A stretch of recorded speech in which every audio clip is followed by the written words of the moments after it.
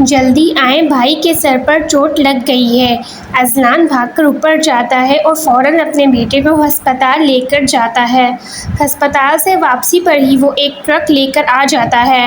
خالہ نور نے جب ٹرک کو دیکھا، آؤ دیکھا نہ تاؤ، اپنے بچوں کو فوراً سامان لوڈ کرنے پر لگا دیا اور وہ سارا سامان اندر لوڈ کرنے لگے تھے۔ اور آخر میں جب اذلان اپنی ماں سے ملنے جاتا ہے تو وہ پھر شروع ہوتی ہیں، لیکن اس ٹائم ان کا رونا دھونا کسی کام نہیں آتا ہے، کیونکہ خالہ نور ایک چالاک عورت تھی۔ وہ پہلے سے ہی اذلان کو اپنی والدین کے اتنا خلاف کر چکی تھی کہ اب وہ کچھ بھی کر لے وہ رکنے والا نہیں تھا، اور یوں آج اس گھر سے ایک اور فیملی رخصت ہو گئی تھی۔ نفیس بانو کا غصہ ساتویں آسمان کو چھو رہا تھا۔ وہ خالہ نور کو کچا چبا جانا چاہتی تھیں۔ اپنا غصہ ٹھنڈا کرنے کے لیے وہ ڈیفینس میں اپنے گھر کچھ وقت کے لیے آ جاتی ہیں۔ وہاں جا کر وہ چیزیں توڑنے پھوڑنے لگتی ہیں، لیکن ان کا غصہ ٹھنڈا ہو نہیں رہا تھا۔ پھر بہت مشکل سے جا کر ہاشم صاحب انہیں سنبھالتے ہیں اور وہ تھوڑا سکون میں آتی ہیں۔ آج ایک معمولی دن تھا، لیکن شاید ایک طوفان آنے والا تھا۔ صبح کا وقت تھا، ثانیہ اپنی یونیورسٹی کے لیے نکل رہی تھی۔ جب وہ ناشتہ کر کے گھر سے باہر نکلتی ہے تو اس نے اپنے دادا ہاشم صاحب کو باہر جاتے ہوئے دیکھا۔ اسے دیکھ کر وہ حیران ضرور ہوئی تھی، کیونکہ ہاشم صاحب کبھی بھی اپنا کام خود نہیں کرتے تھے۔ ابھی وہ سوچ ہی رہی تھی تب فریال آ گئی اور وہ پھر ہما کو لے کر پوائنٹ بس کی جگہ پر چلے گئے۔ سب کچھ ٹھیک جا رہا تھا۔ تقریباً 11 بجے ثانیہ کی ماما اسے کال کرتی ہیں۔ ثانیہ حیران ضرور ہوتی ہے، کیونکہ اس کی ماما اس وقت تو کام کر رہی ہوتی ہیں۔ ثانیہ فون اٹھاتی ہے۔ ماما: بیٹا تم کہاں ہو؟ ثانیہ: کیا ہوا ہے امی، سب خیریت ہے؟ وہ ایک دم سے ڈر جاتی ہے۔ ماما: جلدی گھر آؤ بیٹا۔ ثانیہ: پر امی کیوں؟ ماما: تمہارے دادا کا انتقال ہو گیا ہے۔ ثانیہ: کیا؟ وہ ایک دم حیران ہو جاتی ہے۔ ماما: جلدی گھر آنے کی کوشش کرو، گھر میں مہمان اکٹھے ہو رہے ہیں۔ یہ کہہ کر فون بند کر دیتی ہے۔ فریال: کیا ہوا ثانیہ؟ ثانیہ: دادو۔ فریال: کیا دادو؟ ثانیہ: دادو کا انتقال ہو گیا۔ ہما: انا للہ و انا الیہ راجعون۔ ثانیہ: مجھے گھر نکلنا ہے۔ فریال: چلو ہم بھی چلتے ہیں۔ وہ تینوں فوراً یونیورسٹی سے نکل جاتی ہیں اور 1 گھنٹے بعد گھر پہنچتی ہیں، کیونکہ یونیورسٹی کافی دور تھی اور ٹریفک بہت تھی۔ فریال اور ہما بھی ان کے ساتھ تھیں۔ جب ثانیہ جنازے کو دیکھتی ہے تو وہ حیران رہ جاتی ہے، کیونکہ شکل سے وہ پہچاننے نہیں آ رہے تھے۔ ان کا روڈ ایکسیڈنٹ ہوا تھا، اس لیے شکل پہچاننے نہیں آ رہی تھی۔ ثانیہ بہت روتی ہے، کیونکہ جیسے بھی تھے وہ اس کے دادو تھے۔ لیکن ایک بات جو ثانیہ کو سمجھ میں نہیں آ رہی تھی وہ یہ، صبح اس نے خود اپنے دادو کو سفید قمیض شلوار پہنتے ہوئے نکلتے دیکھا اور اس کے بعد وہ گھر نہیں آئے تھے، تو پھر ابھی ان کے یہ کپڑے نیلے کیسے ہو گئے تھے؟ سفید سے نیلا ہو جانا، یہ بات ثانیہ کو سمجھ نہیں آ رہی تھی۔ 2 بجے جنازہ اٹھایا گیا۔ نفیس بیگم کا رو رو کر برا حال تھا۔ وہ ان سب کا قصوروار اپنے بیٹوں ایان اور اذلان کو کہہ رہی تھی، لیکن ہونے کو کون ٹال سکتا؟ جنازہ اٹھتے ہی لوگ اپنے گھر کی جانب چل پڑے۔ عدت وقت نفیس بیگم بہت مشکل سے گزارا تھا، لیکن اس وقت انہوں نے اپنی بڑی بہو ہانیہ کو جینا حرام کیا ہوا تھا۔ ایک رات جب سب سو رہے تھے تو ہانیہ چپکے سے چھت پر چلی جاتی ہے۔ اس کا صبر ختم ہو رہا تھا۔ وہ اللہ کے سامنے ٹوٹ جاتی ہے: یا اللہ میری آزمائش ختم کر دے، یا اللہ میں اپنی زندگی سے تھک گئی ہوں۔ نفیس بیگم کے طعنوں نے ہانیہ کے زخموں کو مزید کریب دیا تھا کہ وہ ان کو بیٹا نہیں دے سکی۔ وہ تھک گئی تھی، وہ ٹوٹ رہی تھی، اس کے اندر جینے کی ساری امیدیں ختم ہو گئی تھیں۔ جس طرح ساری جٹھانیاں اس کا مذاق اڑاتی ہیں، ہنستی تھیں، کیونکہ اس کا شوہر اس کے ساتھ نہیں کھڑا تھا۔ وہ اپنے والدین کی انگلیوں پہ ناچتا تھا اور اب یہ دعا کرتی تھی کہ اللہ اس کو اپنے پاس بلا لے، لیکن اللہ تعالیٰ نے اس کے لیے پتہ نہیں کیا سوچا تھا۔ وہ روتے روتے وہیں سو جاتی ہے۔ کچھ دنوں بعد ثانیہ، ہما اور فریال گراؤنڈ میں بیٹھے ہوئے ہوتے ہیں تو انہیں ان کے سیار کا میسج آتا ہے: سر کلاس میں بلا رہے ہیں۔ فوراً سے کلاس میں بھاگتی ہیں۔ سر نذیر: بیٹا میں نے آپ کے کلاس سے کچھ بچوں کی ٹیم تیار کی ہے، جنہیں ہم وزٹ کروانے اسلام آباد کے مین ہائی کورٹ لے کر جائیں گے۔ یہ وہ بچے ہیں جن کا CGPA اچھی آئی ہے۔ سر نذیر نام کال کرتے ہیں، جن میں فریال، ثانیہ اور ہما کا بھی نام ہوتا ہے۔ تینوں بہت خوش ہوتے ہیں۔ فریال: ثانیہ تمہارے والدین مان جائیں گے؟ ہما: ثانیہ تمہارے دادو کی ابھی انتقال ہوا ہے، مجھے نہیں لگتا مانیں گے۔ ثانیہ: ہاں یار، لیکن میں کوشش ضرور کروں گی۔ ہما: اور میں تمہارے لیے دعا کروں گی۔ فریال: ہاں یار، خدا کرے تمہارے ماں مان جائیں، مزہ آئے گا۔ اسلام آباد۔ صبح کا وقت تھا، وہ سب ابھی ناشتہ کر رہے ہوتے ہیں۔ نور بانو بیگم کسی کام سے باہر گئی ہوتی ہیں جب دروازہ بجتا ہے۔ سیف: ارے گارڈ دروازہ کیوں نہیں کھول رہا؟ شاہ زیب: کبھی خود بھی ہل جایا کرو۔ شاہ زیب جا کر دروازہ کھولتا ہے۔ دادو ایک دم سے چمٹتا ہے۔ شور سن کر باقی سب بھی آ جاتے ہیں۔ وہ پانچوں اپنے دادو کو آغا جی کہتے تھے۔ سارے اپنے دادو کو گلے ملتے ہیں۔ فرجات اور سیف تو اصل میں دیکھ ہی پہلی دفعہ رہے تھے۔ خوشگوار ماحول میں ناشتہ کیا جاتا ہے۔ ناشتے کے دوران ہی نور بانو بیگم بھی آ جاتی ہیں۔ نور بانو بیگم بھی آغا جی کو دیکھ کر حیران ہوتی ہے اور ان کے چہرے پہ ایک فکر بھی ہوتی ہے۔ آغا جی کو دیکھ کر جو وہ بہت مہارت سے چھپا لیتی ہیں، لیکن یہ پھر اذلان کی نظروں سے چھپا نہیں رہتا۔ اب اس کو نور بانو بیگم پہ شک ہونے لگ جاتا ہے۔ وہ سوچتا ہے کوئی تو وجہ ہے۔ ثانیہ گھر آتی ہے اور آتے کے ساتھ ہی سو جاتی ہے۔ جب وہ اٹھتی ہے تو اپنی ماما کو اسلام آباد کا بتاتی ہے۔ اس کی ماما پہلے تو پریشان ہوتی ہیں، لیکن پھر وہ سوچتی ہیں اپنی ساری زندگی تو دوسروں کی خوشی میں گزار دی ہے، لیکن اپنی بیٹی کی خوشیاں نہیں چھیننے دوں گی۔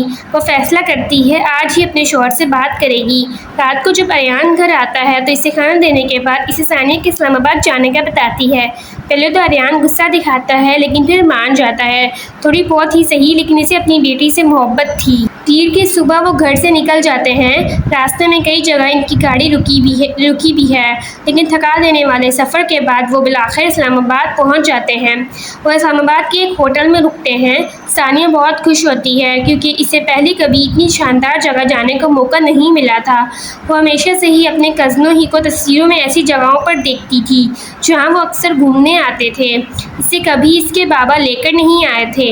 فریال: چل یار باہر چلتے ہیں گھومنے۔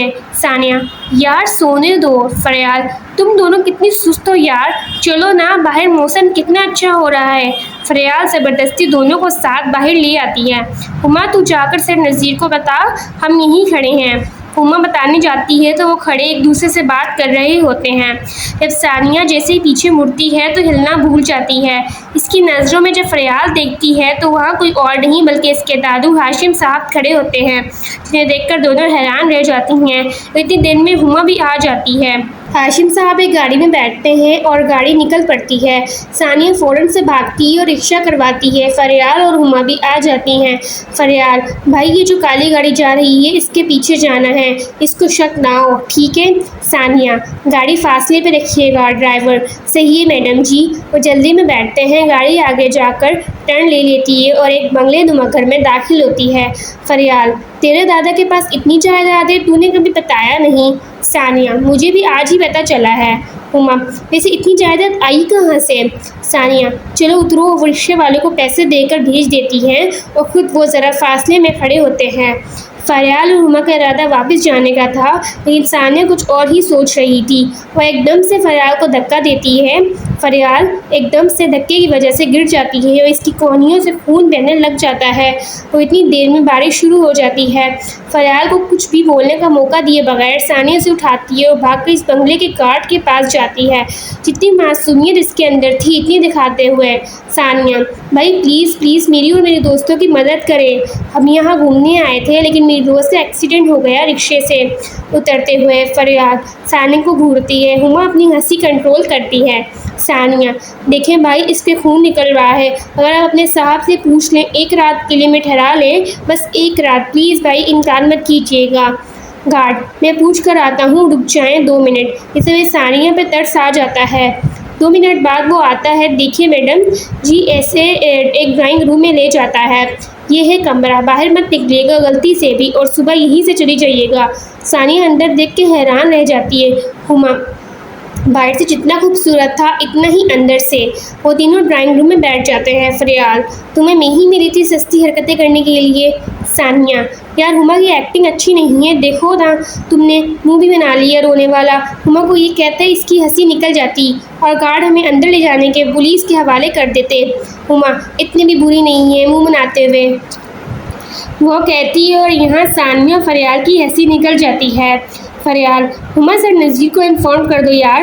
ثانیہ: ہاں یار وہ پریشان نہ ہو۔ رات کو جب فریال اور ہما سو جاتے ہیں، ثانیہ چپکے سے کمرے سے نکل جاتی ہے اور سیدھا لاؤنج میں آ جاتی ہے۔ کچھ دور ادھر ادھر دیکھ کے باہر والی سیڑھیوں سے اوپر چڑھ جاتی ہے۔ دوسری منزل میں پہنچ کے ادھر ادھر دیکھ کر وہ بہت احتیاط سے آگے بڑھتی ہے۔ ایک تو ہر جگہ کیمرے ایسے لگائے ہیں جیسے یہاں میری طرح روز ڈاکو چور آتے ہیں، اور اسے دائیں جانب ایک دروازہ ہلکا سا کھلا ہوا نظر آتا ہے۔ جب وہ اس طرف بڑھتی ہے تو اسے قدموں کی چاپ سنائی دیتی ہے۔ وہ ایک دم ڈر جاتی ہے اور قریب ایک اندھیرے کونے میں چھپ جاتی ہے۔ جب وہ اس شخص کو دیکھتی ہے تو وہ فریال ہوتی ہے جو اسے ہی ڈھونڈنے ہوئے اوپر آئی تھی۔ ثانیہ دبی ہوئی آواز سے، ارے فریال ادھر دیکھ، یہ رہی۔ فریال اس کے پاس چلی جاتی ہے۔ ثانیہ، ہاں بول کیا ہے؟ فریال، میں تو تیری مدد کرنے آئی تھی۔ ثانیہ، اچھا ابھی وہ بات کر ہی رہے ہوتے ہیں جب ثانیہ کی نظر سامنے کمرے پر پڑتی ہے۔ وہ شاید کسی کا اسٹڈی روم تھا اور ساتھ اٹیچ روم تھا جہاں ٹی وی کی ہلکی ہلکی آواز آ رہی تھی۔ فریال، مجھے لگتا ہے وہاں کوئی ہے، ہمیں نکلنا ہوگا۔ ثانیہ، 2 منٹ رک۔ وہ اس شیلف کے پاس جاتی ہے اور فائلیں نکال کر اس کی تصویریں لینے لگتی ہے۔ فریال، جلدی کر۔ ثانیہ، بس 5 منٹ۔ فریال، ان 5 منٹ میں ہمارا جنازہ نکل جائے گا۔ ثانیہ، منہ بند رکھو گی تو نہیں نکلے گا۔ وہ وہاں موجود ساری فائلوں کی تصویریں لے کر آتی ہے، جیسے وہ آئی تھی ویسے واپس چلی جاتی ہے۔ کمرے میں پہنچ کر وہ سکھ کا سانس لیتی ہیں۔ یہ سکھ فریال کو میسر آ گیا تھا، لیکن اگلے چند گھنٹوں میں ثانیہ کا چین و سکون سب لوٹنے والا تھا۔ فریال اور ہما سو جاتی ہیں۔ ثانیہ ان فائلوں کا معائنہ شروع کرتی ہے اور جیسے جیسے وہ پڑھتی ہے اور سمجھتی ہے اس کے اوپر 7 آسمان ٹوٹ کر گرتے ہیں۔ وہ اپنوں سے نفرت تو کرتی تھی، لیکن ان کا ایک مان تھا جو آج سب بکھر گیا تھا۔ وہ چپ چاپ سے واش روم میں چلی جاتی ہے۔ وہاں جا کے وہ اتنا روتی ہے، یا اللہ میں یہ ضرور کہتی تھی کہ میرے لیے ثانیہ پیدا کر، لیکن اتنا سب دکھا کر نہیں اللہ تعالیٰ، نہیں اللہ تعالیٰ، پلیز یہ کیا کیا آپ نے میرے ساتھ؟ اس کے سامنے اپنی زندگی کے 22 سال گھومتے ہیں، ہر پل، ہر تکلیف، ہر بے عزتی، کیا کیا نہیں تھا، بے بسی ہی بے بسی تھی۔ اسی بے بسی کے بیچ اسے وہ تانے یاد آتے ہیں جو اس نے اپنی زندگی میں ملے تھے۔ ثانیہ سمجھ گئی تھی، پر اب وقت آ گیا تھا۔ اس نے سوچ لیا وہ مجرموں کو سلاخوں کے پیچھے ضرور پہنچائے گی۔ اس کے لیے اسے کسی ایسے شخص کی ضرورت تھی جو واقعی میں اس کی مدد کر سکتا ہو۔ وہ واش روم سے باہر آتی ہے اور سونے کی کوشش کرتی ہے، جو شاید اسے نہیں آنے والی تھی۔ اگلی صبح وہ فریال اور ہما کے اٹھنے سے پہلے گھر کے باہر نکل جاتی ہے اور سامنے پارک کی بینچ پر بیٹھ جاتی ہے۔ وہاں اسے ایک پولیس آفیسر ایک لڑکی بیٹھی ہوئی دکھتی ہے۔ پھر تو وہ ثانیہ کو درگزر کرتی ہوئی واپس واک کرتی ہے، جسے نہ جانے کیا ہوتا ہے۔ وہ ثانیہ کے پاس آ کر بیٹھتی ہے، اس کے کندھے پر ہاتھ رکھتی ہے اور پوچھتی ہے، کیا بات ہے، اتنی پریشان کیوں لگ رہی ہو؟ ثانیہ، کچھ نہیں، بس ایسے ہی کہہ کر ٹال دیتی ہے۔ شانزے کہتی ہے، ہو سکتا ہے بتانے سے غم ہلکا ہو جائے، اور یہاں ثانیہ کی بس ہوتی ہے، وہ سب کچھ اسے بتا دیتی ہے۔ وہ جانتی ہے وہ اجنبی ہے، پر وہ اندر سے اس قدر ٹوٹی ہوئی تھی کہ اسے اب میں کوئی چاہیے تھا۔ وہ لڑکی شانزے جسے پیچھے مڑتی ہے، وہاں اذان کھڑا ہوتا ہے۔ شانزے اور اذان ایک دوسرے کو پسند کرتے تھے جب وہ امریکہ میں تھے، تب سے ہی۔ اذان ثانیہ کی ساری باتیں سن لیتا ہے۔ اسے شک تو پہلے ہی تھا اور شک یقین میں بدل جاتا ہے، کیونکہ وہ فائلیں اذان نے ہی آغا جی کے کمرے سے چرائی تھیں اور ثانیہ کے پڑھنے سے پہلے ہی اذان اسے پڑھ چکا تھا، اور اذان ثانیہ کو اپنے سامنے دیکھ کر سکون ملا تھا۔ لیکن اس سے زیادہ ٹینشن ہانیہ اپنی ماما کی تھی کہ کہیں نفیس بیگم اسے نقصان نہ پہنچا دے۔ اسی لیے اس نے فوراً اپنے گارڈ مرتضیٰ کو کراچی بھیجا تھا تاکہ وہ سیفلی ہانیہ کو اس کے گھر سے باہر نکال سکے۔ مرتضیٰ نے رات 2 بجے ہی ہانیہ کو اس گھر سے نکال دیا تھا اور اب وہ اسلام آباد ہی آ رہے تھے۔ اذان نے ساری ٹیموں کو ایکٹیو بھی کر دیا تھا۔ اذان، ثانیہ ہلکی آواز میں پکارتا ہے، ثانیہ بھائی۔ ثانیہ دوڑ کر اپنے بھائی کے گلے لگ کر رونے لگ جاتی ہے۔ اذان پہلی دفعہ اپنی بہن کی محبت کو محسوس کرتا ہے۔ شانزے بھی یہ منظر دیکھ کر رونے لگ جاتی ہے۔ کراچی، نفیس بانو اٹھتی ہے تو ہانیہ کو آوازیں دیتی ہے، ہے ہانیہ، ناشتہ لا دے۔ اریان بھی ہانیہ کو ڈھونڈتا ہے، لیکن ہانیہ کو کچھ پتہ نہیں ہوتا۔ وہ پورے گھر میں ایسے ڈھونڈتے ہیں لیکن کسی کو کچھ معلوم نہیں ہوتا۔ نفیس بانو، میں تو پہلے ہی کہتی تھی تیری بیوی کسی کام کی نہیں ہے، دیکھ تجھے کہیں کا نہیں چھوڑا۔ مینشن، اسلام آباد۔ سب ناشتہ کر رہے ہوتے ہیں۔ نور بانو، اذان کہاں ہے؟ شاہزید، واک پر گیا ہے، آتا ہوگا، وہ دیکھیے آ گیا۔ آغا جی، یہ انڈا اندر سے کچا ہے۔ اذان، آپ پکا ہوا کھا لیں، پتہ نہیں بعد میں آپ کو نصیب ہو یا نہ ہو۔ ہلکی آواز میں، ثانیہ ایک دم سے اندر حال میں آتی ہے، جہاں سارے اسے حیران ہو کر دیکھتے ہیں، وہیں آغا جی کے چہرے پر ہوائیاں اڑتی ہیں۔ پیچھے سے ثانیہ، روما، فریال، شانزے، ہانیہ اور مرتضیٰ انٹر ہوتے ہیں۔ اذان: آغا جی، ارے کیا ہوا؟ آپ کو بیٹھے، ناشتہ کریں۔ شاہزیب: آپ کون ہیں آغا جی؟ آپ کو گھر کے اندر آنے کس نے دیا؟ نور بانو ہانیہ کو دیکھ کر آسمان کی طرف منہ کرتی ہے اور آنسو پلک چھوڑ کر باہر نکل آتے ہیں۔ ثانیہ: میں بتاتی ہوں آپ کو میں کون ہوں۔ میں ثانیہ، آپ پانچوں کی بدقسمت بہن۔ ارے ہانیہ، میری ماں، بلکہ ہماری بدقسمت ماں۔ اس کے بعد ہانیہ سے بولا نہیں جاتا۔ اذان: بھائی، یہ شخص جنہیں ہم اپنے دادا سمجھتے ہیں، جو آپ سے شیئرز لیتے رہتے ہیں غریبوں کو دینے کے لیے، ہمارے ماں اور باپ کے صدقے غریبوں کو دینے کے لیے، اس کے انہوں نے ایک نہیں بلکہ کئی جگہ بنگلے لیے ہیں۔ ہمارے والدین مرے نہیں، زندہ ہیں۔ جیتے جی مار دیا ہمارے والدین کو اس شخص نے اور اس کی بیوی نے۔ اس شخص نے ہم سے بولا تھا ہمارے والدین مر گئے، وہ زندہ تھے۔ ہمارے بابا اور ماما کے بیچ میں کہیں محبت نہ آ جائے جب آپ پیدا ہوئے۔ شاہزیب: بھائی آپ، تب ہی ان کی بیگم نفیس بانو، انہوں نے آپ کو ایک مردہ بچے سے بدل دیا اور آپ کو US سے بھیج دیا تھا۔ وہاں نور بانو بیگم نے آپ کو پالا تھا۔ اس طرح 3 دفعہ ہوا تھا، میرے، زیان اور سیف اور فرجاد کے ساتھ۔ پھر بھی ان کا ارادہ تو ثانیہ کو بھی مردہ کرنے کا تھا، لیکن غلطی سے ماما ہوش میں آ گئی تھی، انہوں نے ثانیہ کی آواز سن لی تھی، اس لیے مجبوراً اسے چھوڑنا پڑا۔ اور یہ ہمیں پاکستان اسی لیے نہیں آنے دیتے تھے کہیں ہمیں پتہ نہ چل جائے، اور ان کو یہ بتا دیا تھا، پھر بھی ہمارے یہ ماما کو بیٹوں کے لیے تانے دیتے تھے۔ حالانکہ یہ شخص جانتا تھا اس کے بیٹوں کا دیا ہوئی کھا رہے ہیں، پہن رہے ہیں، گاڑیوں اور بنگلوں میں گھوم رہے ہیں۔ اور آپ جاننا چاہیں گے اس شخص نے اپنی بیوی نفیس بانو کے ساتھ مل کر پلان بھی بنایا تھا کہ آغا جی، ہاشم صاحب یہ کراچی میں مر جاتے ہیں اور کسی اور کی ڈیڈ باڈی اس کی جگہ دفنا کر خود ہمارے پاس آ جاتے ہیں، کیونکہ آخر ویسے آتے تو پکڑے جاتے نا۔ گھٹیا شخص، ایک انسان 2 جگہ تو ایک ساتھ نہیں ہو سکتا نا۔ انہوں نے نور بانو بیگم امی کو دھمکایا تھا، اگر وہ ہمیں لے کر پاکستان آئیں تو یہ ہمیں مروا دیں گے، اس لیے نور بانو امی ہمیں پاکستان نہیں آنے دے رہی تھی۔ وہ یہ کہہ کر رونے لگتا ہے۔ ثانیہ: پولیس اندر آتی ہے اور گھسیٹتے ہوئے ہاشم صاحب کو لے جاتی ہے۔ بیٹا انہیں روکو، یہ جھوٹ ہے، میرا یقین کرو۔ شاہزیب، فرجاد، زیان، بیٹا۔ پولیس آفیسر: چل بھائی، تیرا یقین کرواتے ہیں۔ کراچی: اریان، دروازہ بجتا ہے۔ کون ہے؟ نفیس بانو، تیری بیوی ہوگی۔ صبح کا وقت سب ایک ساتھ ہی بیٹھے ہوتے ہیں۔ لیڈی پولیس اندر آتی ہے۔ اریان: آپ یہاں کیوں آئے ہیں؟ محلے والے بھی اپنے دروازوں میں کھڑے ہو جاتے ہیں۔ شہریار: بھائی آپ کون ہیں؟ چپ کریں آپ۔ پولیس میڈم، وہ نفیس بانو کے ہاتھوں پہ ہتھکڑی لگاتے ہیں۔ یہ آپ کیا کر رہے ہیں؟ اب آپ میں سے کوئی بھی بولا تو اس کو بھی ساتھ لے جائیں گے۔ اذان: اریان نے آپ کے خلاف FIR درج کروائی ہے۔ چلیے میڈم۔ میرے بات تو سنو شہریار۔ اریان: اللہ، دیکھو مجھے کہاں لے جا رہے ہو، مجھے بچاؤ، پورا محلہ دیکھ رہا ہوتا ہے۔ لیڈی پولیس نفیس بانو کو گھسیٹتی ہوئی اپنے ساتھ موبائل میں لے جاتی ہے۔ شاہزیب: امی مجھے معاف کر دیں، میں اچھا بیٹا نہیں بن سکا، پلیز مجھے معاف کر دیں۔ ثانیہ: میرے لیے یہی کافی ہے، تم لوگ صحیح سلامت ہو اور کچھ بھی نہیں چاہیے۔ وہ سارے اپنی ماما کے گلے لگتے ہیں۔ سیف اور اذلان ثانیہ کے گلے لگتے ہیں اور اسے یقین دلاتے ہیں وہ اب اکیلی نہیں ہے۔ نور بانو بیگم بھی ثانیہ اور ہانیہ سے معافی مانگتی ہیں، وہ انہیں سچ نہیں بتا سکی، انہیں ڈر تھا کہ کہیں وہ ان سب کو نقصان نہ پہنچا دے۔ فریال اور روما بھی بہت خوش ہوتی ہیں اپنے دوست کے لیے۔ شانزے کا اذان شکریہ ادا کرتا ہے اور ایک دوسرے کی طرف دیکھ کر مسکراتے ہیں۔ اسلام آباد ہائی کورٹ: سارے جمع ہوتے ہیں، ثانیہ، ہانیہ اور اریان بھی موجود ہوتا ہے، ہاشم صاحب کے سارے بیٹے بھی ہوتے ہیں، کسی نے بھی ان کو دیکھنا بھی گوارا نہیں کیا، اور شاہزیب اور اذان بھی موجود ہیں۔ ہما، شانزے اور فریال باہر ہوتے ہیں اور وہیں سیف اور فرجاد بھی کھڑے ہوتے ہیں۔ سیف فریال کو پسند کرنے لگتا ہے اور فرجاد ہما کو پسند کرنے لگتا ہے۔ وہاں زیان بھی ہوتا ہے۔ فرجاد: دیکھ، اب میری بھی ہے اور سیف کی بھی ہے اور اذان کی بھی ہے، تو نے کیا گوارا رہنا ہے ساری زندگی؟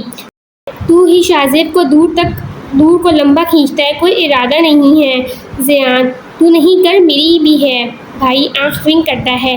فرجاد: واہ۔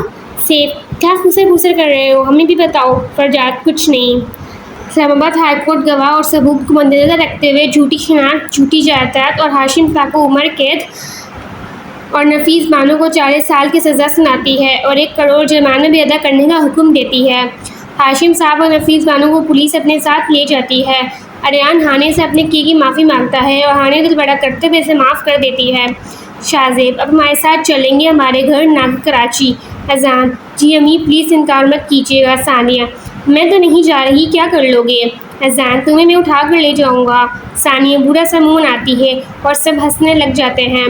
ثانیہ اپنی ماں کو اتنے سالوں بعد یوں دل سے مسکراتا ہوا دیکھتی ہے۔ جب وہ باہر آتے ہیں تو فرجاد، سیف اور زیان ان کے پاس چلے جاتے ہیں۔ ثانیہ بھائی معصومیت سے سیف سے کہتی ہے۔ سیف: ہاں میری پری۔ ثانیہ: اذان بھائی مجھے زبردستی اٹھانے کی بات کر رہے ہیں۔ سیف: اس کی ٹانگیں توڑ کر چینو کو نہ کھلا دوں؟ میری پری کو ہاتھ بھی لگایا تو؟